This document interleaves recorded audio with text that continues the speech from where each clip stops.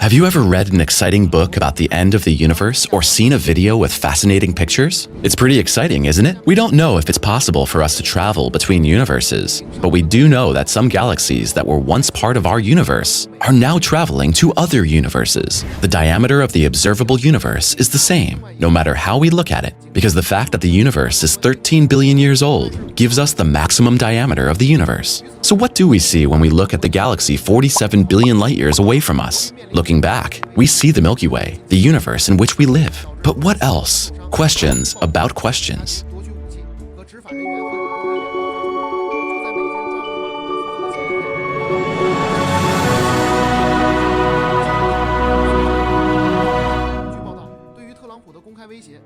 What is beyond space?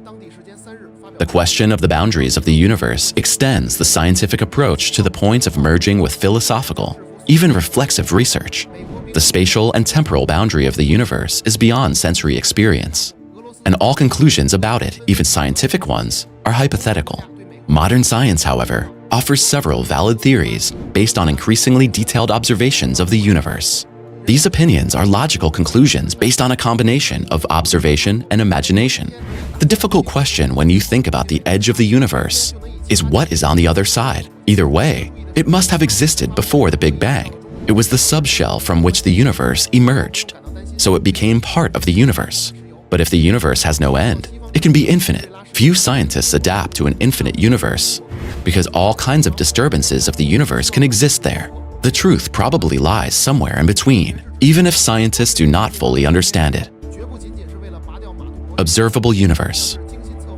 The word observable in this sense does not mean the ability of current technologies to detect light or other information from an object or what should be detected. It means a physical limit set by the speed of light itself. No signal can travel faster than light, so there is a maximum distance, called the particle horizon, beyond which nothing can be detected because the signals have not yet reached us. Is there anything beyond the universe? To answer the question of what is beyond the universe, we must first define exactly what we mean by universe. If you mean literally all things that can exist in space and time, then there can be nothing outside the universe. Even if you imagine the universe to be a finite size and you imagine something outside of that volume, everything outside must also be contained within the universe. Although the universe is a formless, shapeless, nameless void with absolutely nothing in it, it is still a thing and counts on the list of all things, and is therefore by definition part of the universe. If the universe is infinite in size, you have nothing to worry about with this puzzle. The universe, which is everything, is infinitely large and has no edges, so there is nothing to discuss from the outside. What lies beyond the edge of the observable universe? In essence, the cosmos has grown at an ever-increasing rate since its creation. Cosmologists estimate that the oldest photons we can observe have traveled a distance of 45 to 47 billion light-years since the Big Bang. This means that our observable universe is about 93 billion light-years wide, plus or minus a few light-years. These 93 billion or so light-years contain all the quarks, quasars, stars, planets, nebulae, black holes, and anything else we could possibly observe. The observable universe, however, contains only the light that has had time to reach us. The universe is disappearing. It has been nearly a century since academics first theorized that the universe is expanding and that the farther away the galaxy is from us, the faster it is receding. This is not because galaxies are physically moving away from us, but this is only because the universe exists full of gravitationally bound objects, and the fabric of space in which these objects are expands. But this picture, which has prevailed since the 1920s, has recently been modified. A mere 20 years have passed since we first understood that this expansion is accelerating, and that some galaxies will move away from us at an ever-increasing rate over time. Eventually, they will most likely be unreachable, even if we could travel towards them at the speed of light. The universe thus seems to be disappearing as we age, and there is nothing humanity can do about it. What is the biggest thing in the universe? Although our sun seems huge, it looks puny compared to the biggest stars that we know. The sun is a G-type star, or a yellow dwarf, and a fairly average size on the cosmic scale. Even more massive objects are black holes, and in particular, the supermassive black holes that typically reside at the center of a galaxy. For example, the Milky Way hosts one, that is about 4 million solar masses. Currently, scientists' best candidate for the largest known supercluster in the universe is the Hercules Corona Borealis Great Wall, although astronomers have spent nearly a decade debating the structure. History through space and time. The human mind is always drawn to the unknown. It's incredibly scary, but curiosity brings the will to explore beyond. Traveling through the universe is not only a journey through space, but also through time. Before we begin, let's look at some facts. To find the edge, we should first know the dimensions of the universe. Our universe is expected to be 13.772 billion years old. Pretty old, isn't it?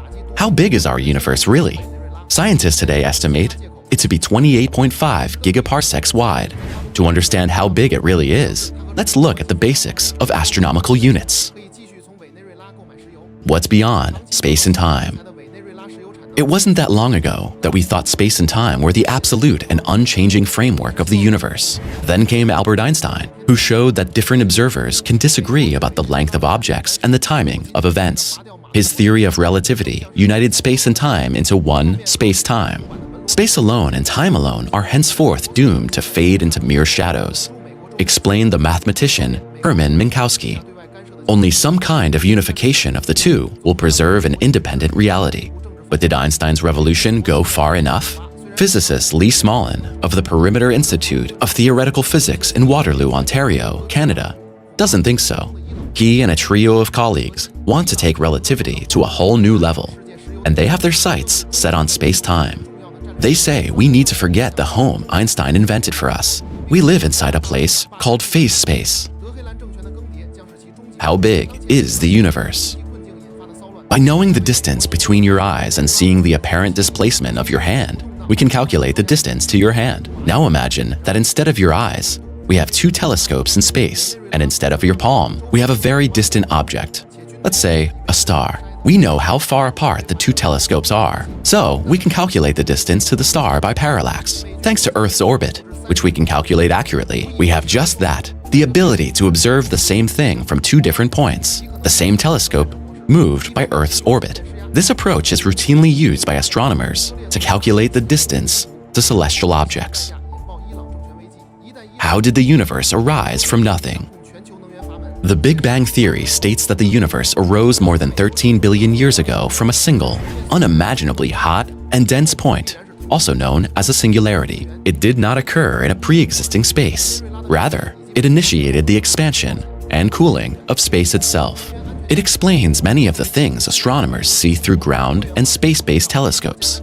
It's responsible for a faint glow that can be seen throughout the universe. The glow is the leftover heat from the birth of the universe, which has now cooled to just a few degrees above absolute zero. In short, it is a remarkably strong and elegant explanation of how the observable universe came into being. Conclusion. Since the first edge of the Big Bang defines the boundaries of the universe, the most distant objects humans can see are also the oldest, so it's reasonable to assume they should be about 13.8 billion miles away. But the rapidly expanding early universe was an impenetrable plasma. Also, the universe is expanding faster and faster, so light from distant objects takes longer to reach us than previously thought. Based on such considerations, astrophysicist J. Group, led by Richard Godo, estimated the radius of the universe to be 45.7 billion light-years. What do you think about this exciting topic? What is beyond the cosmos? Or is there anything beyond the universe at all? Feel free to write us a comment. We're eager to hear your opinion.